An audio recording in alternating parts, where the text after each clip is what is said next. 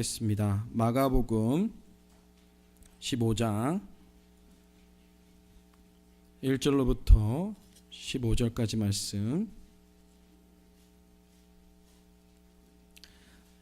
마가복음 15장 1절로부터 15절까지 말씀. 우리 찾으셨으면 하나님을 경외하고 말씀을 경외하는 자세로 함께 자리에서 일어나서 교독하도록 하겠습니다. 제가 첫 번째 1절 읽고 여러분 다음 구절 읽어주시면 되시겠습니다. 새벽에 대제사장들이 즉시 장로들과 서기관들 곧 온 공회와 더불어 의논하고 예수를 결박하여 끌고 가서 빌라도에게 넘겨주니 빌라도가 묻되 내가 유대인의 왕이냐? 예수께서 대답하여 이르시되 내 말이 옳도다 하시매 대제사장들이 여러 가지로 고발하는지라 빌라도가 또 물어 이르되 아무 대답도 없느냐? 그들이 얼마나 많은 것으로 너를 고발하는가 보라 하되 예수께서 다시 아무 말씀으로도 대답하지 아니하시니 빌라도가 놀랍게 여기더라. 명절이 되면 백성들이 요구하는 대로 죄수 한 사람을 놓아주는 전례가 있더니 밀란을 꾸미고 그 밀란 중에 살인하고 체포된 자 중에 바라바라 하는 자가 있는지라. 무리가 나아가서 전례되어 하여 주기를 요구한대 빌라도가 대답하여 이르되 너희는 내가 유대인의 왕을 너희에게 놓아주기를 원하느냐 하니 이는 그가 제사장들이 시기로 예수를 넘겨준 줄 알미러라. 그러나 대제사장들이 무리를 충동하여 도리어 바라바를 놓아달라 하게 하니 빌라도가 또 대답하여 이르되 그러면 너희가 유대인의 왕이라 하는 일을 내가 어떻게 하랴? 그들이 다 소리 지르되 그를 십자가에 못 박게 하소서. 빌라도가 이르되 어찌 믿냐? 무슨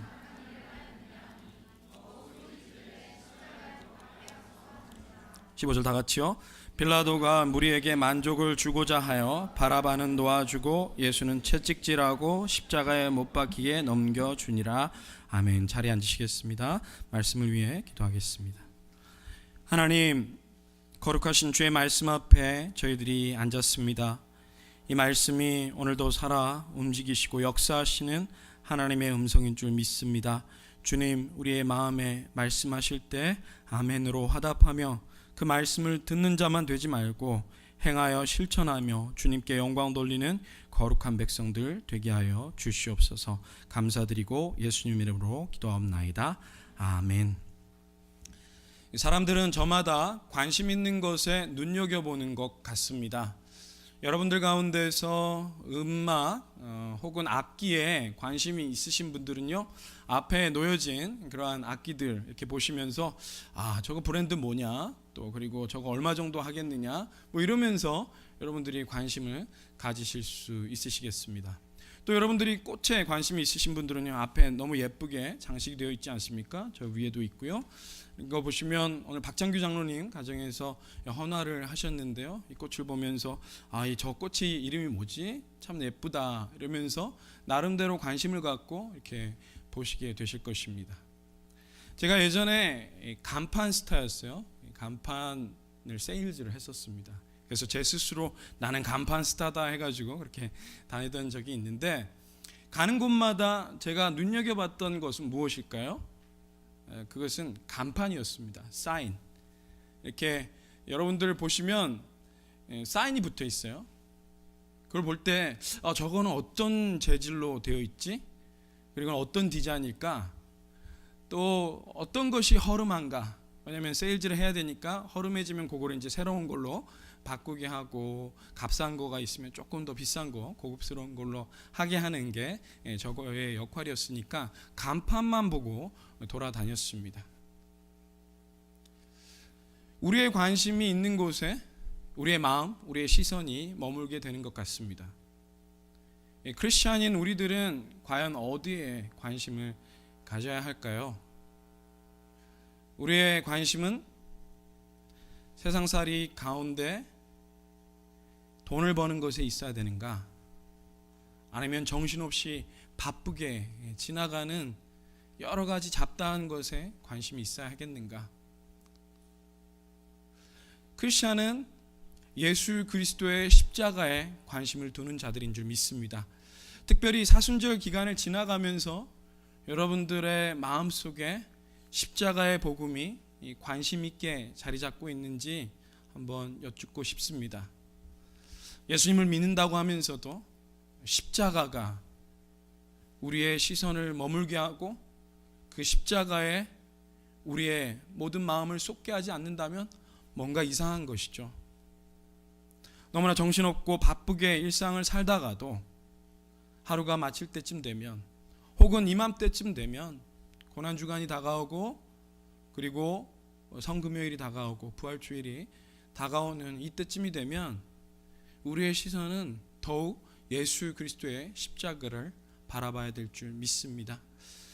주님께서 오늘 십자가에 우리의 관심을 모으기를 원하시는데요, 특별히 이 십자가는 단순히 2000년 전에 일어났던 한 예수님의 사건에만 국한된 것이 아니라 오늘을 살아가는, 오고 가는 모든 세대를 살아가는 이들에게 생명을 가져다주는 구원의 길이기 때문에 너무나 중요하다 할 수 있습니다. 마가복음에는 특별히 마가의 관심이 등장하고 있어요. 예수님의 제자로 살아가는 자들이 어떠한 관심을 가지고 살아가야 하는가? 마가복음 1장에서부터 16장까지의 내용 가운데 예수님의 12제자를 비롯한 초대교회의 유명한 그러한 제자들의 이름이 계속해서 등장을 합니다.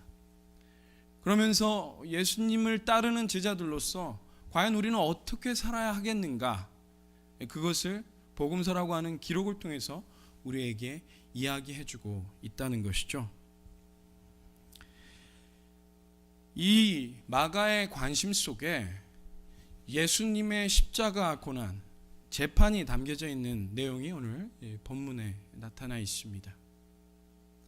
예수님이 당하셨던 모욕과 치욕의 십자가 고난, 그 죽으심을 이야기할 때 그것은 단 한순간에 우리에게 영향을 끼치는 놀라운 구원의 역사일 뿐만 아니라 우리 모두에게, 제자된 예수 그리스도의 제자된 자들에게 영향을 끼치는 하나님의 놀라운 음성이다라고 하는 것이에요.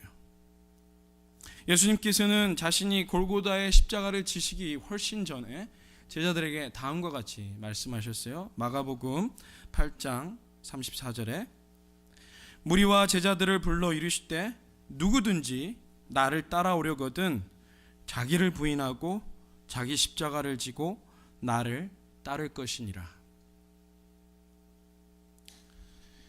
예수님께서 십자가에 올라가시기 전에 제자들을 불러놓고 그들에게 이야기하십니다. 너희들이 정말 제자가 되기 원하느냐? 한 가지 감당해야 될 것이 있는데 자기 십자가를 지고 나를 쫓아야 된다.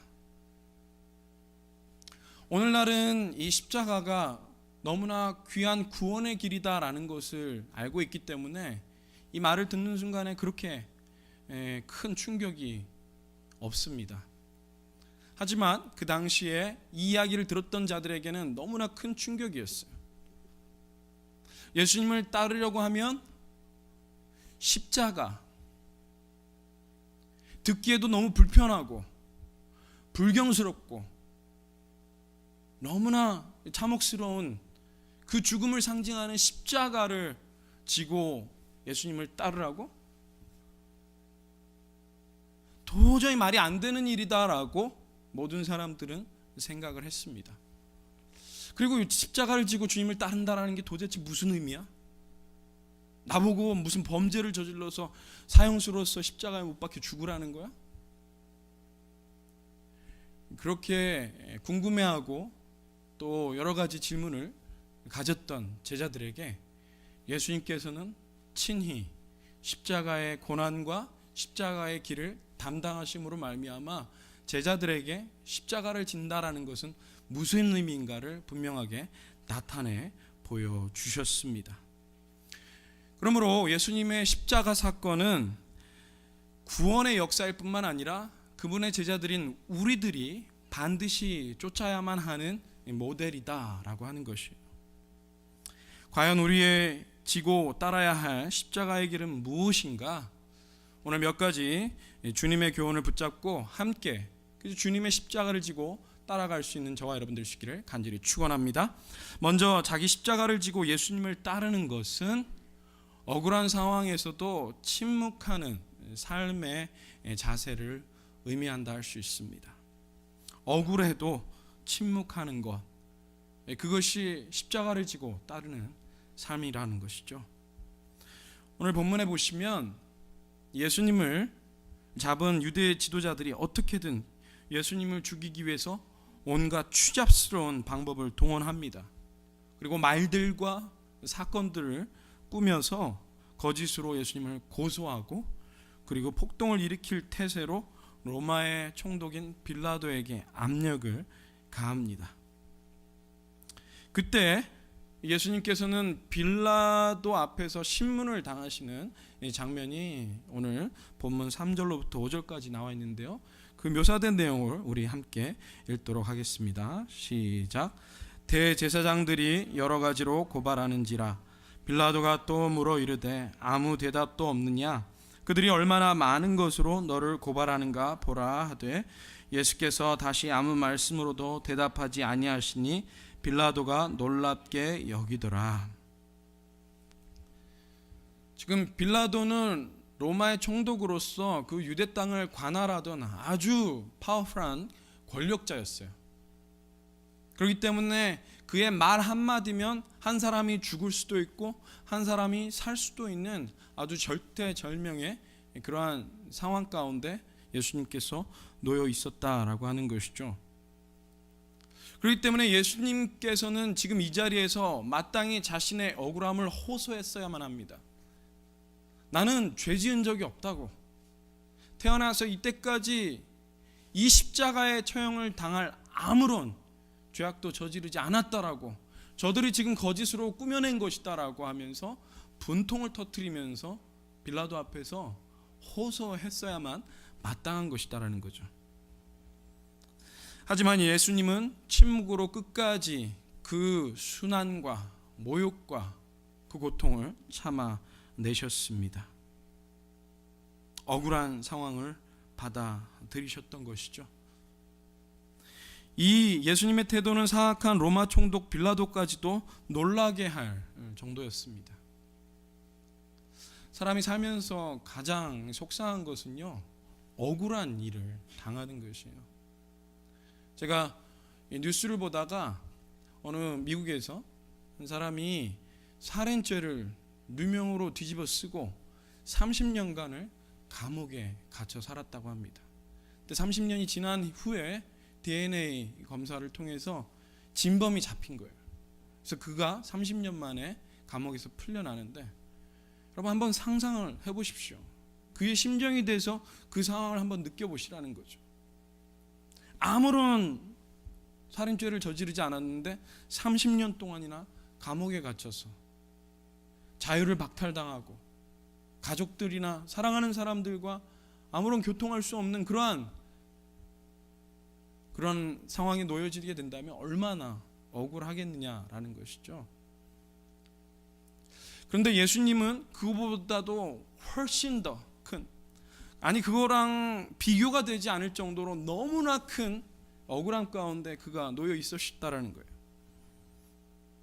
말씀 한마디로 천지를 창조하신 하나님, 거룩하다 거룩하다 거룩하다 라고 하면서 모든 천군과 천사가 우러러 경배하는 그 예수님께서 사람들의 손에 의해서 정죄를 당하고 모함을 당하고 수치를 당하는 그러한 억울한 상황에 그가 놓여 있었다는 거예요. 마땅히 화를 내도 분통을 터뜨려도 당연한 그러한 상황처럼 보입니다. 그러나 그때 예수님께서 보여주신 것은 무엇입니까? 결코 화를 내지 않으시고 침묵으로 끝까지 일관하셨다라는 거예요. 도대체 왜 그러셨는가? 이 예수님의 침묵에는 인류를 향한 하나님 아버지의 사랑을 그 속에 가득 담으신 그러한 표현의 모습이 나타나 있습니다. 죄악된 인류를 구원하시고자 하시는, 저들을 생명으로 인도하시고자 하시는 예수님의 다짐이 거기에 담겨져 있었다라는 것이죠. 이사야서 선지자는 이 일이 있기 전에, 본문에 나오는 예수님의 십자가 고난과 죽음의 사건이 있기 전에 700여 년 전에 이미 예수님께서 침묵하고 잠잠히 있을 것에 대해서 예언했습니다. 그 내용이 이사야서 53장 6절부터 7절에 다음과 같이 나옵니다. 우리는 다 양 같아서 그릇 행하여 각기 제 길로 갔거늘 여호와께서는 우리 모두의 죄악을 그에게 담당시키셨도다. 그가 곤욕을 당하여 괴로울 때에도 그의 입을 열지 아니하였으며 마치 도수장으로 끌려가는 어린 양과 털 깎는 자 앞에서 잠잠한 양같이 그의 입을 열지 아니하였도다. 인류 모두가 범죄하여서 죽어 마땅하였지만 그 죄를 대신 지시기 위해서 오롯이 그 수치를 당하시고 신음소리 하나 내지 않으시고 묵묵히 십자가의 죽음을 그가 받아들이셨다라는 것이죠. 한마디로 무시무시한 십자가 앞에서 예수님의 침묵은 인류를 향한 사랑의 표현이다라는 것이에요. 물론 이 시간에 그 침묵 그 자체가 미덕이다 이렇게 얘기하는 것은 아닙니다. 불의한 상황이 벌어졌을 때 입을 벌려서 이야기해야 되고, 또한 어떠한 죽음의 공포가 몰려와도 스데반처럼 입을 열어서 복음을 선포해야 되는 때가 있습니다. 공의를 선포해야 되는 때에 침묵하는 것만큼 비겁하고 악한 일은 없는 것이죠. 하지만 때로는 침묵할 때 하나님의 의를 이루는 그러한 경우가 많이 있다라는 것이. 침묵해야 되는, 우리 인간들이 침묵해야 되는 그러한 이유 중에 하나는요, 벌어지는 상황과 어떤 환경을 다 헤아릴 수 없기 때문에 침묵해야 될 때도 있습니다. 지하철에서 한국의 어느 아빠가 허름한 차림에 아이 둘을 데리고 가고 있는데, 이 아이들이 티격태격하면서 막 말싸움을 하더니 급기야 막 이렇게 몸싸움까지 막 정신없이 막 벌이는 것을 주변 사람들이 보았습니다. 지하철에 같이 앉아있던 사람들이 굉장히 불편했던 것 같아요. 그러면서 어느 사람이 이제 드디어 용기를 내서 말합니다. 그 아빠한테, 아니 애들 지금 이렇게 정신없이 돌아다니는 거 안 보이냐고, 티격태격하는 거 이거 안 보이냐고, 좀 애를 단속해야 될 거 아니냐고. 그러자 그제서야 정신이 난 듯 그 아버지는 그분에게 정중하게 이야기합니다. 죄송합니다. 지금 방금 전에 제 아내 장례를 치르고 오는 길이라서 너무나 정신이 없었습니다. 아이들이 이렇게 정신없이 이렇게 주변을 힘들게 했는지 몰랐습니다. 죄송합니다. 라고 하면서 그 아이들을 다독였다고 하는 거죠.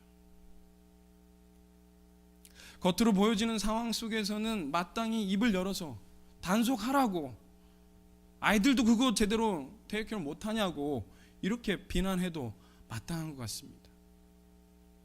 하지만 그 속을 들여다보면 방금 전에 불의의 사고로 아내를 떠나보내야만 했던 그 처절한 남편의 심정, 엄마가 돌아간 줄 모르고 너무나 천진무구하게 그렇게 정신없게 자신의 자리에서 그렇게 정신없이 돌아다니는 아이들, 그 상황을 들여다보면 우리가 입을 열어서 말하는 것이 오히려 해가 되고 다른 사람을 고통스럽게 하는 그러한 때가 있기 때문에 입을 닫아야 될 때가 많이 있다라는 것이.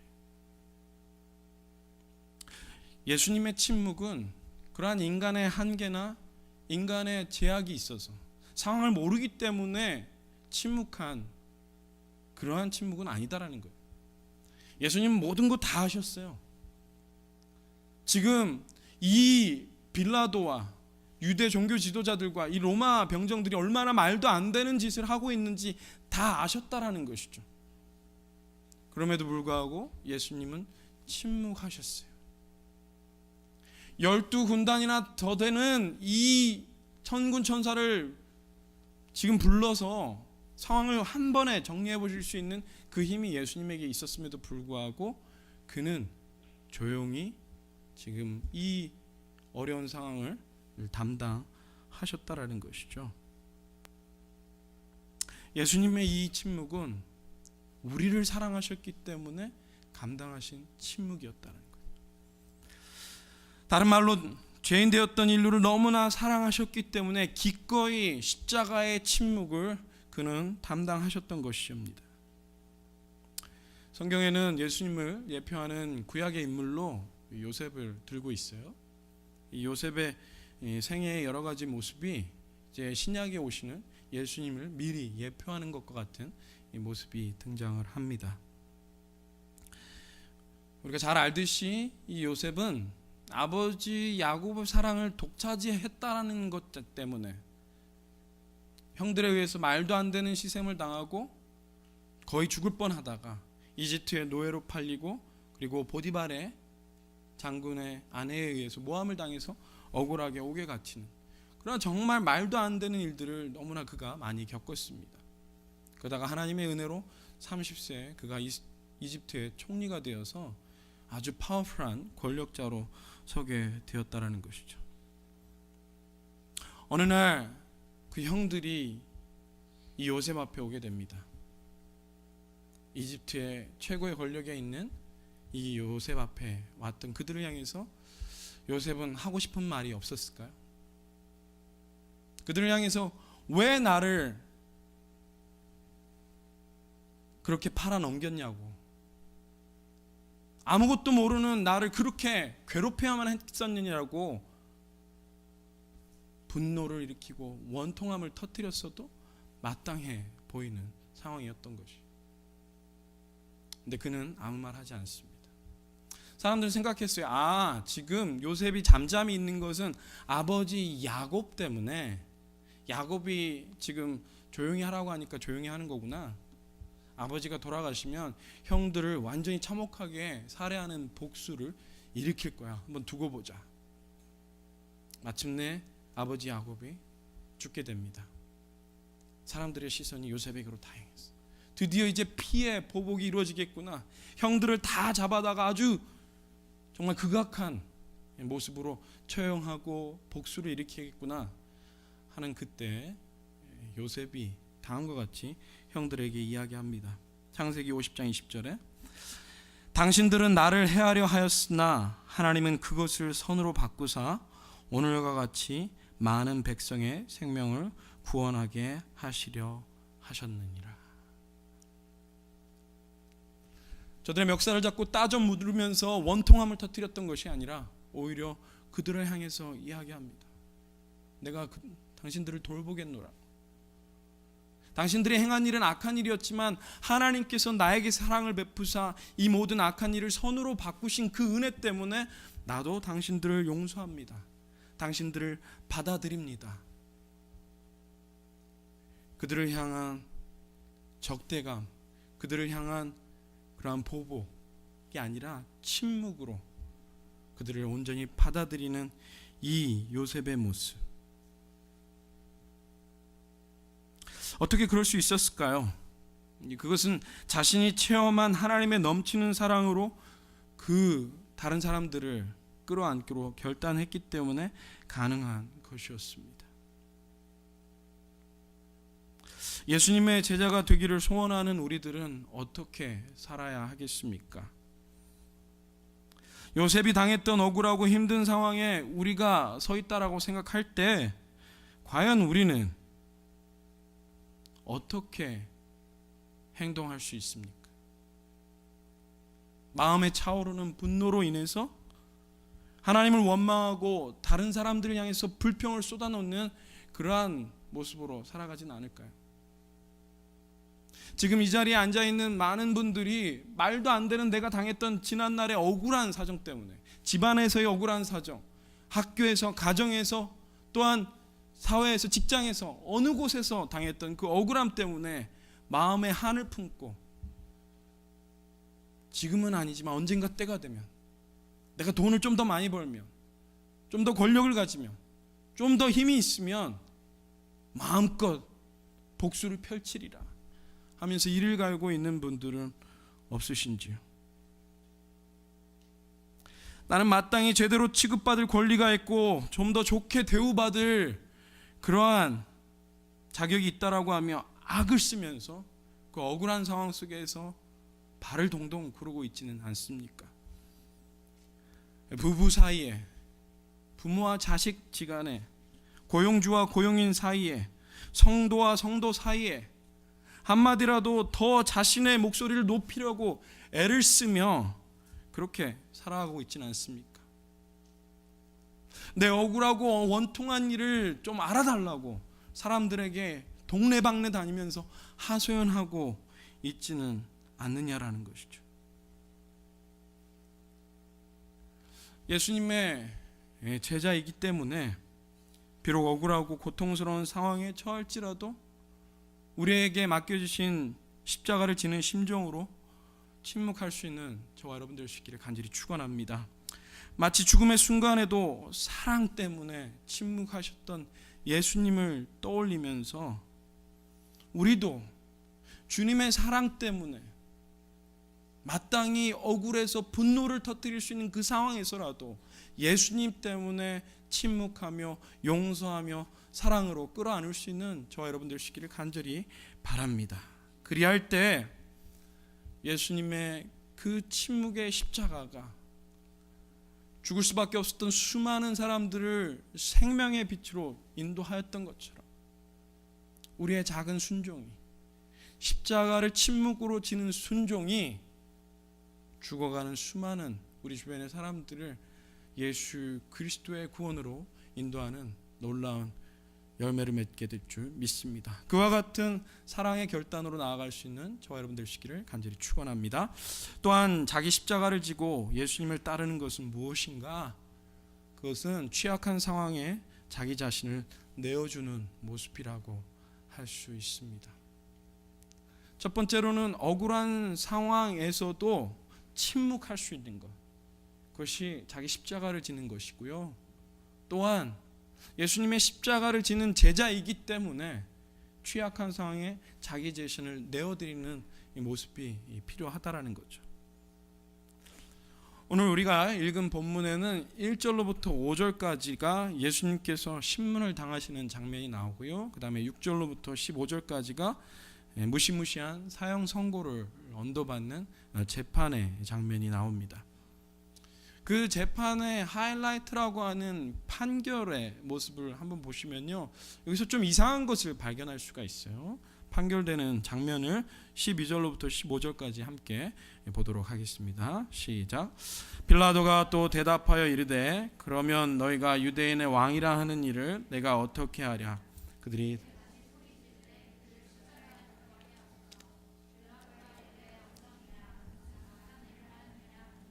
더욱 소리 지르되 십자가에 못 박게 하소서 하는지라. 빌라도가 무리에게 만족을 주고자 하여 바라바는 놓아주고 예수는 채찍질하고 십자가에 못 박히게 넘겨주니라. 이 재판은 이 자체가 그 불법적이고 말도 안 되는 재판이었습니다. 그럼에도 불구하고 이 재판에 좀 더 가까이 들어가서 장면을 보시면 너무나 말도 안 되는 장면이 우리가 발견할 수 있는데요. 거기에 재판관의 역할을 하는 빌라도가 있어요. 그리고 검사로서 예수님의 죄를 거짓으로 꾸며서 송사를 하는 이 검사의 역할을 하는 자들이 있는 거죠. 그런데 막상 당사자인 예수님은 이 재판받는 판결의 자리에 있지 않다라는 거예요. 당사자가 없는데 사형의 판결이 이루어졌고 그 판결대로 사형이 집행됐습니다. 이게 어떻게 말이 되는 겁니까? 빌라도와 그 신문을 당할 때 예수님이 계셨지만 그러나 재판의 판결의 자리에는 예수님이 계시지 않았어요. 예수님은 완전히 배제된 채로 너무나도 악랄한 사람들에 의해서 죽음이 결정되었다는 거죠. 너무나 말이 안 되는 상황이에요. 말 한마디로 천지 만물을 창조하신 하나님, 그 자체가 되시는 예수님께서 지금 하찮은 인간들에 의해서 너무나도 불경스럽고 너무나도 추악한 인간들의 손에 의해서 자신의 운명이 결정되고 있는데도 불구하고 정작 예수님은 전혀 그 상황에 등장하고 있지 않다라는 거죠. 예수님의 위대한 본질과 능력을 성경에서는 다음과 같이 증거하였습니다. 골로새서 1장 15절로 17절. 그는 보이지 아니하는 하나님의 형상이시요 모든 피조물보다 먼저 나신 이시니 만물이 그에게서 창조되되 하늘과 땅에서 보이는 것들과 보이지 않는 것들과 혹은 왕권들이나 주권들이나 통치자들이나 권세들이나 만물이 다 그로 말미암고 그를 위하여 창조되었고 또한 그가 만물보다 먼저 계시고 만물이 그 안에 함께 섰느니라. 감히 그 어느 것도 예수님의 뜻을 거스려서 존재할 수 없는데 지금 예수님은 자신을 사람들의 손에 의해서 죽음으로 향하는 길에서 아무 일도 하지 않고 있다라는 것입니다. 우연히 벌어진 일이 아니에요. 일부러 이 상황이 그렇게 전개된 것입니다. 오늘 본문 1절에 보시면 다음과 같은 내용이 나와요. 예수를 결박하고 끌고 가서 빌라도에게 넘겨주니 15절에 보시면요, 예수는 채찍질하고 십자가에 못 박히게 넘겨주니라. hand over. 이 원어의 의미는 넘겨주다라는 것은요, 권리를 양도하다라는 뜻이에요. 예수님께서 마땅히 창조주로서 가지고 계신 온 우주 만물을 다스릴 수 있는 주권자로서 가지고 계신 그 권리가 양도되었다는 거예요. 그걸 스스로 포기하셨다는 거예요. 그러니까 신이신 예수님께서 죽는 게 가능한 거죠. 자기 스스로 그 권리를 포기했기에. 근데 문제는 왜 그걸 포기했냐라는 거예요. 왜? 그것은 하나님의 뜻에 순종하기 위해서 자신의 뜻을 굽히는 온전한 내어줌의 자리로 나아가기를 원하셨기 때문이다라는 거죠. 예수님께서는 십자가의 그 죽음 앞에서 육신의 고통과 무엇보다 하나님과 영적으로 분리된다라는 그러한 두려움으로 인해서 크게 마음에 두려움이 몰려왔습니다. 그래서 주님 앞에서 겟세마네 동산에서 기도하셨어요. 그리고 마침내 다음과 같은 결단을 하시는데요, 마가복음 14장 36절에 이르시되 아빠 아버지여 아버지께는 모든 것이 가능하오니 이 잔을 내게서 옮기시옵소서. 그러나 나의 원대로 마시옵고 아버지의 원대로 하옵소서. 자신의 뜻이 아닌 하나님의 뜻이 이루어지기 위해서 자신의 권리를 기꺼이 포기하는 그 순종의 모습으로 예수님께서 나아가셨다라는 거죠. 누군가에 의해서 무언가에 의해서 내 모습이 결정되도록 한다는 것처럼 너무나 아픈 일은 없습니다. 불안한 일은 없어요. 그러나 예수님은 인류를 사랑하시기 때문에 하나님의 뜻에 순종해서 기꺼이 자기 자신을 내어주심으로 말미암아 온 인류를 구원으로 이끌어 주셨다라는 거죠.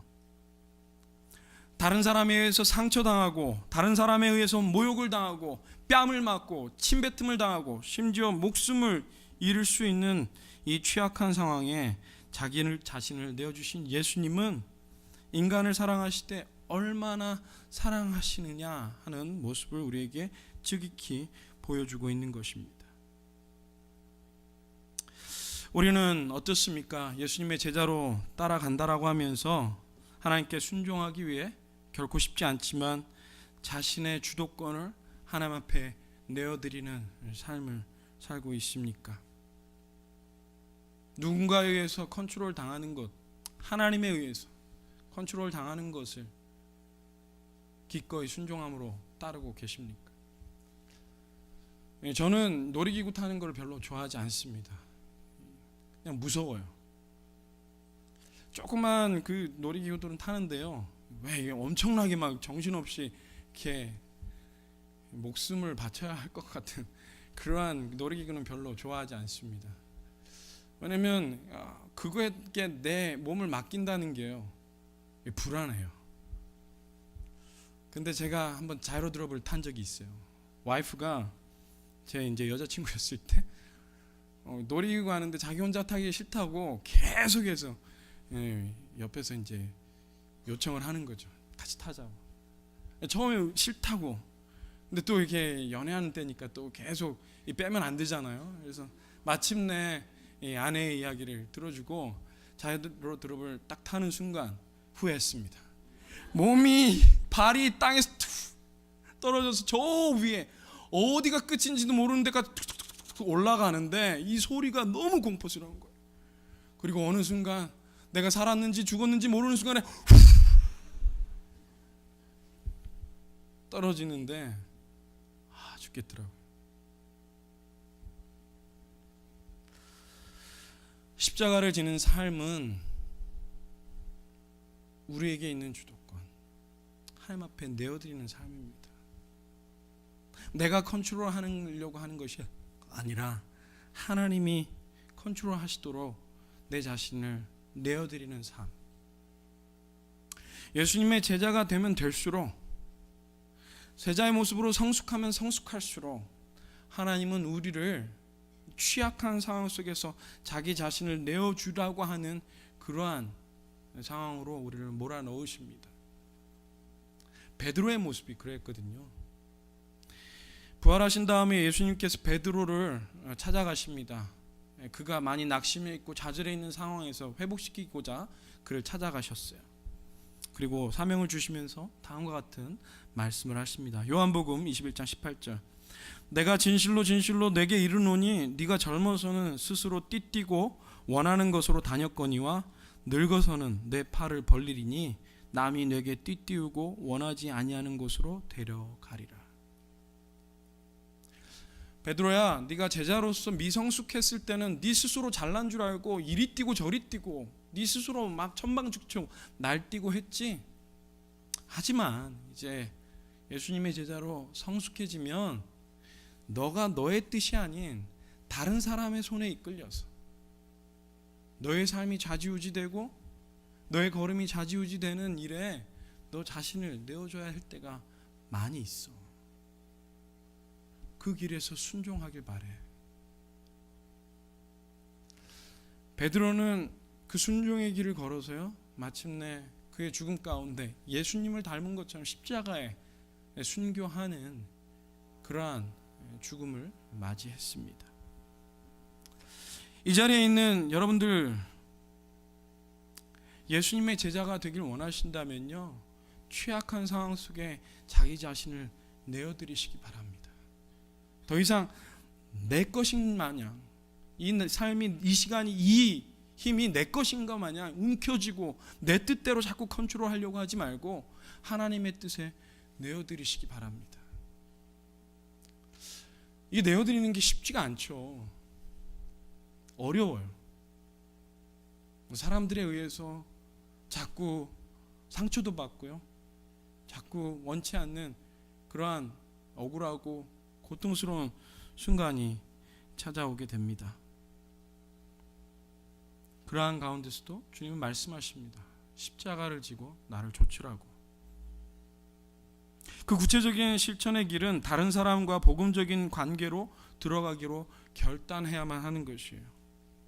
많은 분들이 예배만 드리고 갑니다. 물론 여러 가지 사정과 형편이 있지만 그 중에 큰 이유는 다른 사람에게 상처받기 싫다라는 거예요.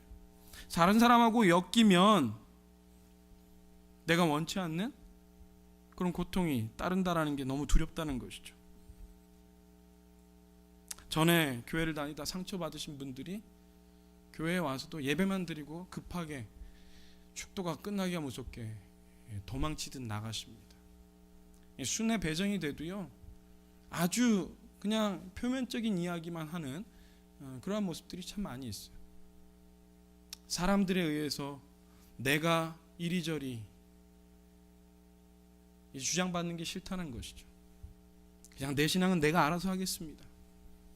여러분, 그와 같은 신앙은요, 아주 초보적인 신앙이에요. 미성숙한 신앙이에요.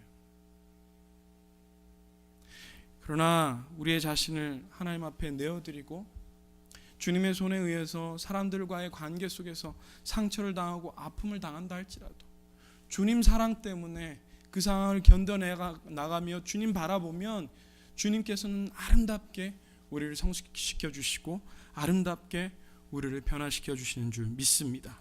그 주님의 초청 앞에 따르는 것이 십자가를 지고 따르는 삶인 줄 믿습니다. 비록 때로는 요거도 먹고 상처당하고 오해당하고 고통을 받는다 할지라도 하나님께서 허락하신 관계에 자기 자신을 내어드리고 그 앞에서 하나님 앞에 철저히 순종하는 모습으로 나아갈 때 주님께서는 우리를 통해서 큰 영광 거두실 줄 믿습니다. 이제 말씀을 맺으면서요, 예수님의 제자로 살아가는 것은 결코 쉬운 일이 아니다라는 것을 우리는 깨달아야 합니다. 독일의 신학자 보네퍼가 이렇게 얘기했습니다. 그리스도께서 사람을 부르실 때는 그로 하여금 와서 죽으라고 명령하는 것이다. 예수님의 제자가 되는 것이 쉬운 일인지 아셨습니까?